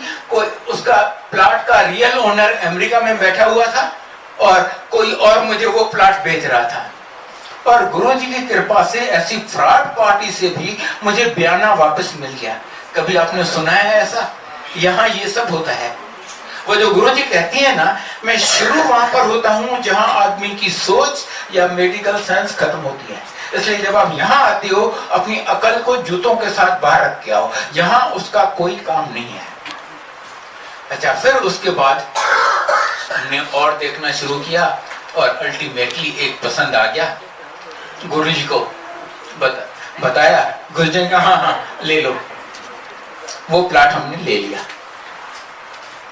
अब मेरे पास इतने पैसे नहीं थे कि मैं आधी फ्लोर बना सकूं। मैंने कहा नक्शा तो 3 फ्लोर का पास करवा लेते हैं, जरूर थोड़ी है कि मैं तीनों बनाऊं, एक बना लेंगे बाद में। वो हमने बनाना शुरू किया। मेरे पास सिर्फ आधी फ्लोर बनाने के पैसे थे। इस प्रोसेस में तो टाइम लग ही गया। 8 महीने, आजकल रिटायरमेंट के बाद गवर्नमेंट आपको 8 महीने वो फ्लैट रखने देती है, उसके बाद जमीन उठा के आपका सामान बाहर फेंक देती हैं। हमारा वो 8वां महीना शुरू हो गया। हमने गुरुजी से पूछा, गुरुजी हमारे ये लेने में तो अभी टाइम लगा है, तब तक हम क्या दिल्ली वैली में कोई किराए पे लेके रहें या गुड़गांव में आ जाएं? कहते हैं बताऊंगा। तब तक एम्पायर स्टेट में रूल हो गया था, तो संगत बढ़ती जा रही थी और जगह कम थी कि आप हफ्ते में 1 दिन आ सकते थे। हमारा फ्राइडे था। एक हफ्ता बीत गया। अगले फ्राइडे को मैंने फिर पूछा, गुरुजी मैं वहीं रहूं या बताऊंगा। दूसरा हफ्ता गया, तीसरे हफ्ते वही स्टोरी रिपीट हुई, चौथे हफ्ते वही। तब तक शायद 28 अगस्त आ गया और 31 तक। तब मुझे गुरुजी को कहना पड़ा, गुरुजी आजकल तो ये गवर्नमेंट बड़ी स्ट्रिक्ट हो गई है, वो मुझे 2-3 दिन में खाली करना है, वरना मेरा सामान उठा के बाहर फेंक देंगे, मेरी क्या इज्जत रहेगी, मैंने तो कभी ऐसे काम किए नहीं। कहते हैं, ले तू इतना बड़ा ऑफिसर था, तू किसी को कह नहीं सकता। अब गुरुजी के सामने तो मुझे कुछ बोलने की हिम्मत नहीं हुई। मैंने बाहर आके अपनी आंटी को कहा, मैंने कहा मैं किसी को नहीं कह सकता, मेरे से उम्मीद मत रखो। यूं तो मैं डॉक्टर मनमोहन सिंह का भी 5 साल एडवाइजर रह चुका हूं, पर मैंने कहा मैं उसको जाके नहीं बोलूंगा कि भाई मुझे तुम मकान में रहने दो। कहा यार गुरुजी ने हमें अच्छा फंसा दिया। रात के कुछ 11:30 बजे होंगे, हम घर पहुंचे, लिफ्ट में जा रहे हैं, हम 3rd फ्लोर पे थे। मेरा नेक्स्ट डोर नेबर, पहली बार उसकी और मेरी मुलाकात हुई लिफ्ट में, पहली बार मुलाकात हुई। कभी हम एक दूसरे को मिले नहीं थे, पर उसकी भी मेड सर्वेंट, हमारा भी मेड सर्वेंट, आपस में बातें करते रहते थे, तो उनको पता था। वो मेरे से टॉपिक शुरू करता है, कहता है भाई साहब आप क्या ये फ्लैट छोड़ने वाले हो? मैंने कहा यार छोड़ना ही पड़ेगा, 8 महीने हो गए रिटायर किए और कैसे रखेंगे? कहते हैं आपको बोलने से लग रहा है कि आपको छोड़ना नहीं चाहते। मैंने कहा यार हमने अभी कोई और अरेंजमेंट ही नहीं किया। कहते तो तुम यहाँ रहना चाहते हो? मैंने कहा कुछ हो जाए तो। कहता कितना यहाँ रहना चाहते हो? मैंने कहा 3-4 महीने। तो कहता बस आपको जितना रहना है यहाँ रहो, मेरा जुम्मा। वो गवर्नमेंट ऑफ इंडिया का स्टेट ऑफिसर रह चुका था और उस डेट को छत्तीसगढ़ गवर्नमेंट का लीगल एडवाइजर था। कहता तुम्हें जितना रहना है रह लो, मेरा जुम्मा। और हम वहां रह गए विदाउट इवन पेइंग रेंट, और वो सब गवर्नमेंट के दामाद की तरह। अच्छा, दूसरी बात जो मैंने आपको बताया कि हमें प्लाट लेने में हमने इतनी देरी कर दी, तब तक गुड़गांव में प्लाट्स के रेट्स बढ़ते जा रहे थे। अगेन गुरुजी की कृपा से बगैर उनको कुछ बोले मुझे प्लाट 1 साल पुरानी प्राइस पे मिला। हुआ ये कि किसी ने, फाइनेंसर ने वो प्लाट ले रखा था और उसका एग्रीमेंट था ओनर के साथ कि मैं तुम्हारा 31 दिसंबर तक बिकवा दूंगा, अगर 31 दिसंबर तक नहीं बिकवाऊंगा तो मैं अपने नाम पे रजिस्ट्री करवा लूंगा, 31 दिसंबर लेटेस्ट तुम्हें पैसे मिल जाएंगे। और हमारी 23 दिसंबर को डील हुई। अगर वो हम नहीं उससे लेते तो उसको अपने नाम पे रजिस्टर करवाना पड़ता, जो 5-7 लाख रजिस्ट्री लगते, उसने हमें रिबेट दे दिया, मुझे 1 साल पुरानी प्राइस पे मिल गया। अच्छा, फिर हमने मकान बनाना शुरू किया। मैंने बताया हमको तो आधे फ्लोर बनाने जितने पैसे थे।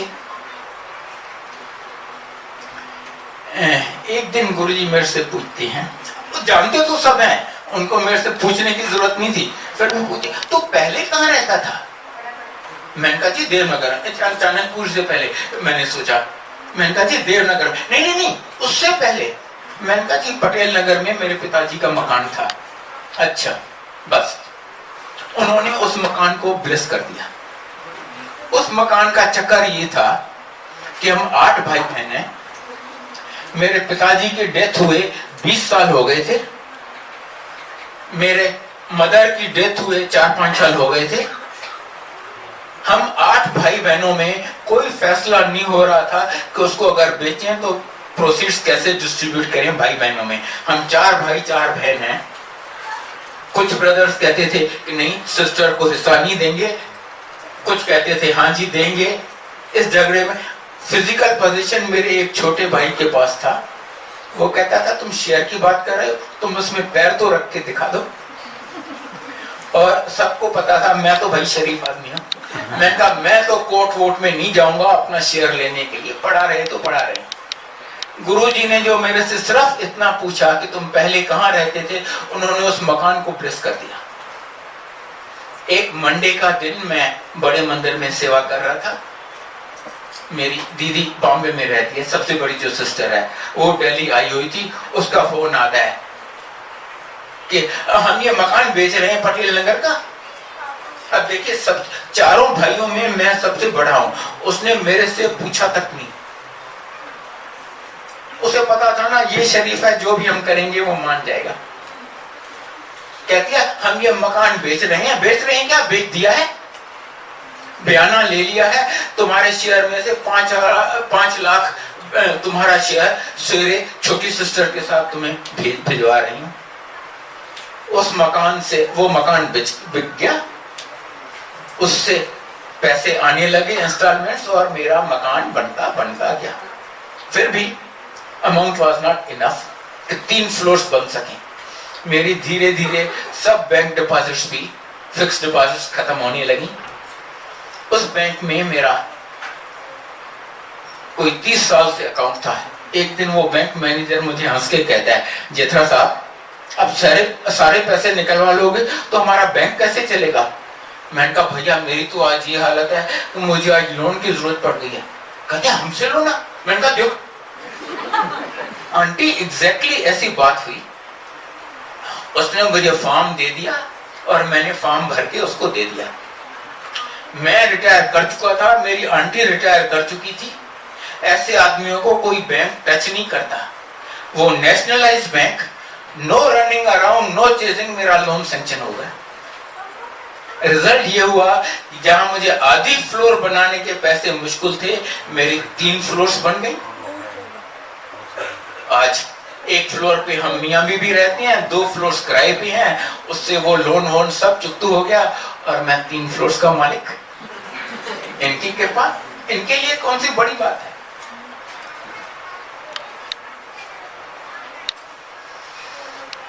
सुना स्टॉप या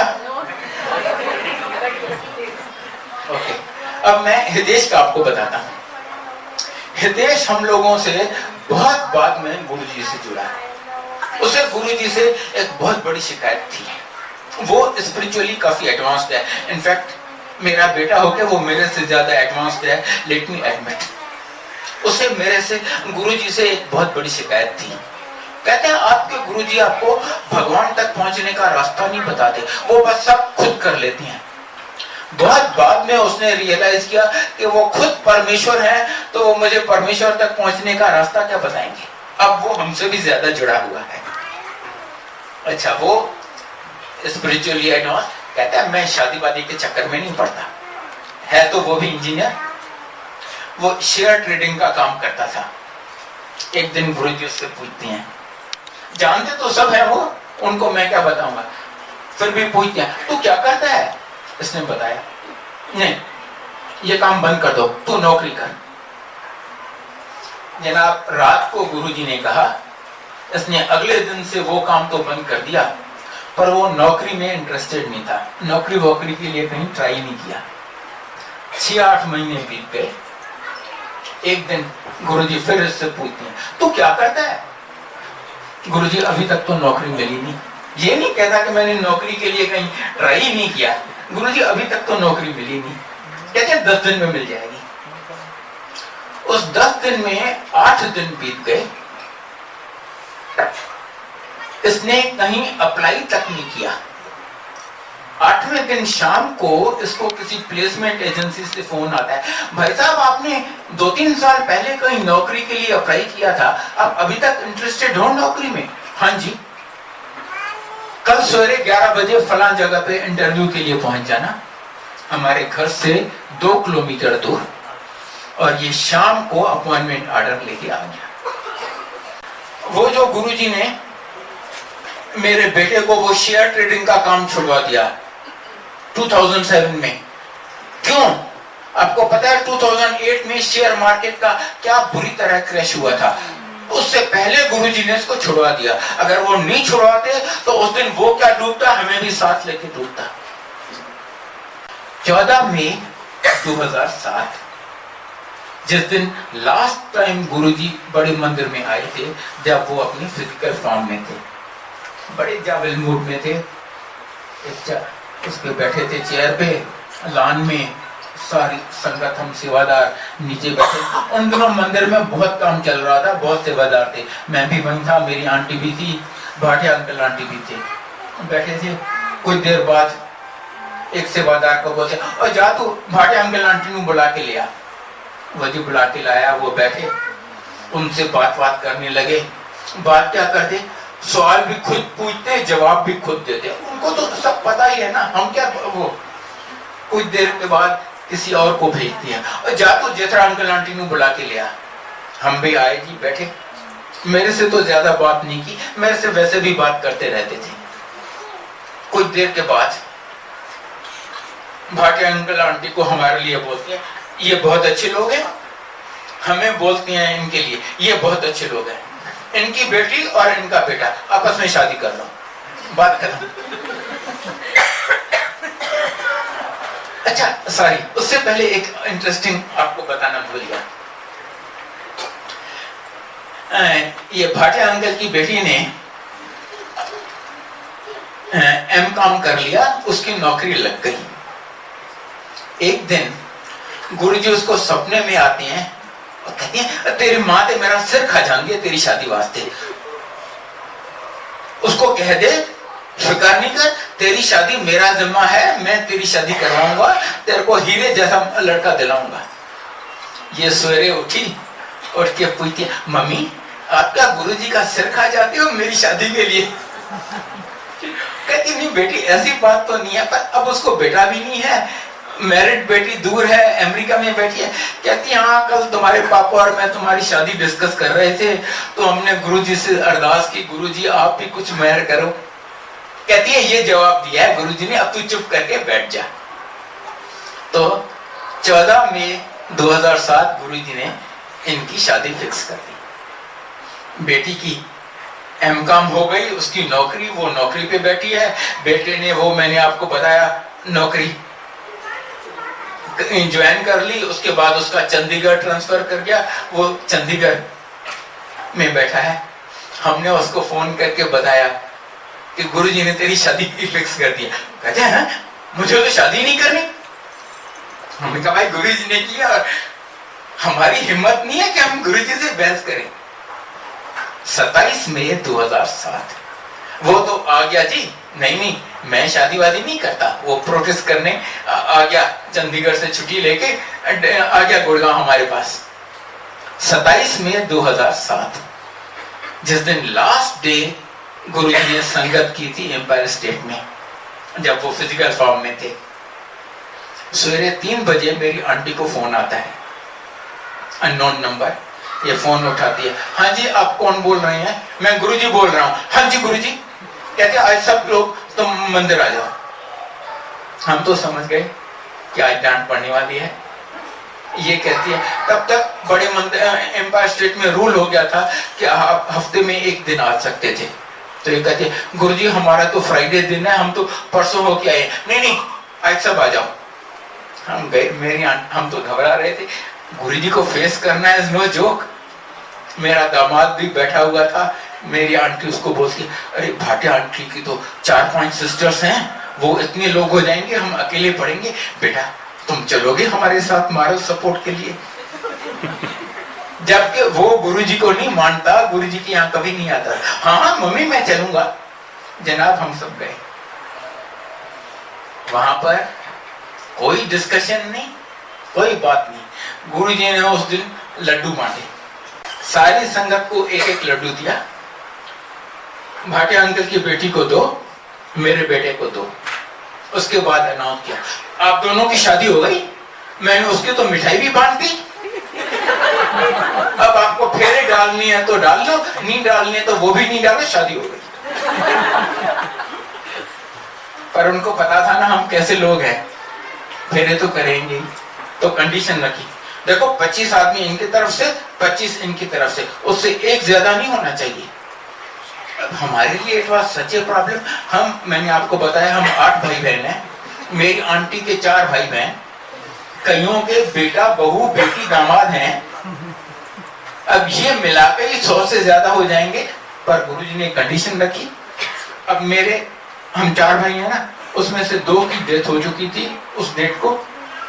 एक ही और मेरा भाई बचा था, वो दिल्ली में रहता था, वो गुरुजी के यहाँ नहीं आता।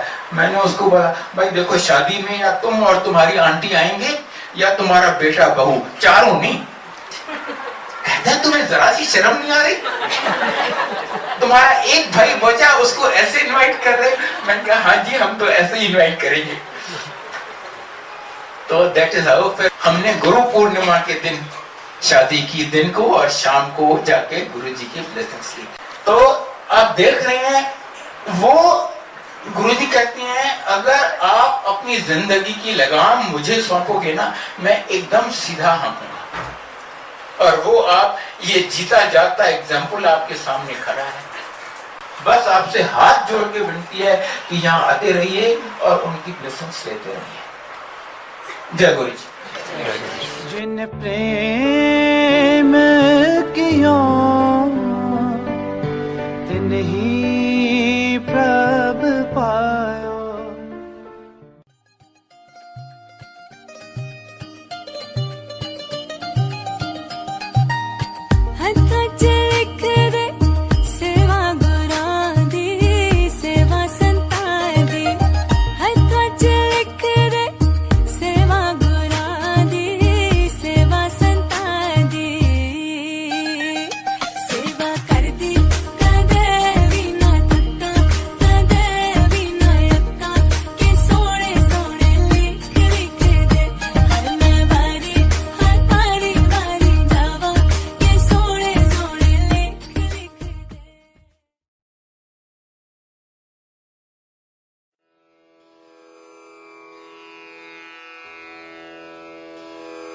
जय गुरु जी की। अब हम मंत्र जाप करेंगे।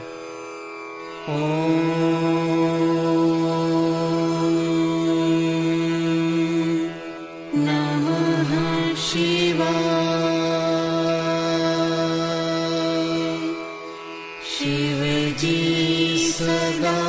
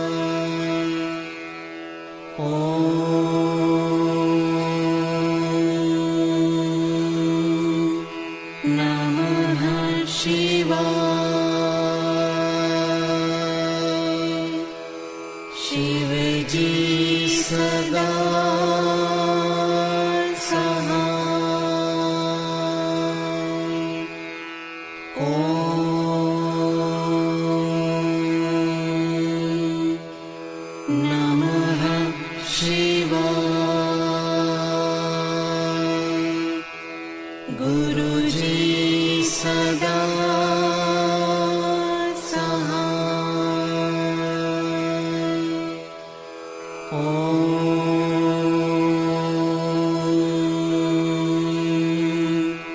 नमः शिवाय। शिव जी सदा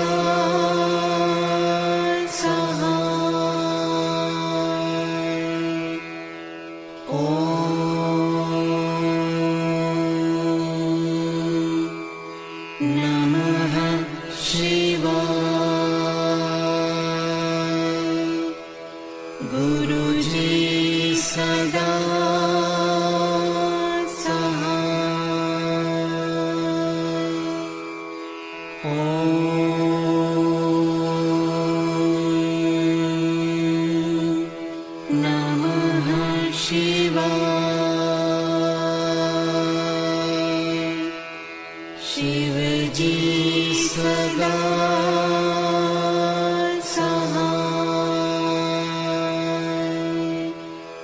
ओम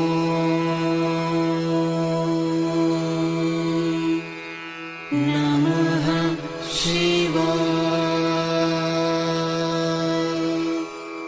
गुरुजी सदा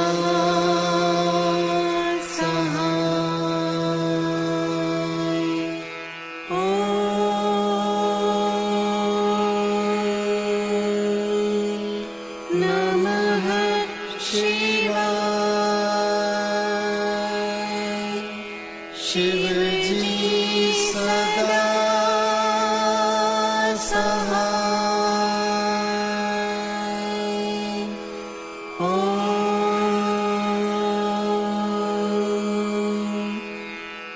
नमः शिवाय।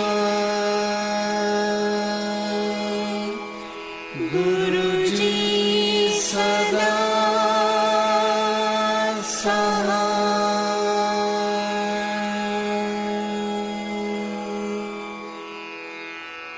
जय गुरु जी की।